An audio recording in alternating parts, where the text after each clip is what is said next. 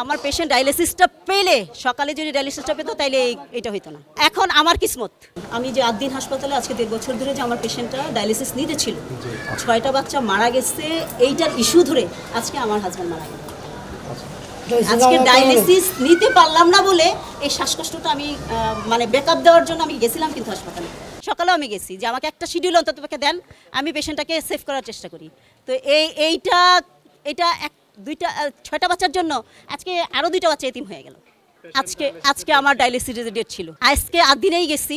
ওনারা বললো যে আপনি ডিজি হেলথে যান, ডিজি হেলথে গিয়ে ওইখানে আপনি এই করেন যে আপনার ডায়ালিসিস দরকার। এত প্রসেসিং করলে আমি আমার পেশেন্ট নিয়ে দৌড়াবো কখন? অন্য হাসপাতালে যোগাযোগ করার আড়িয়ে নাই তো, বাসায় আসা তারপরে তো আমি যাব। আমাকে তো 6টা হাসপাতাল বলে দিছে, 6টা হাসপাতালে আমি যাবো যে এই সময়টা আমাকে দিতে হবে না, আমার পেশেন্টকেও দিতে হবে। তো 6 হাসপাতালে দৌড়ায় আমি যাইতে তো আমার পেশেন্ট এর মধ্যেই তো অকারেন্স ঘুরে গেছে।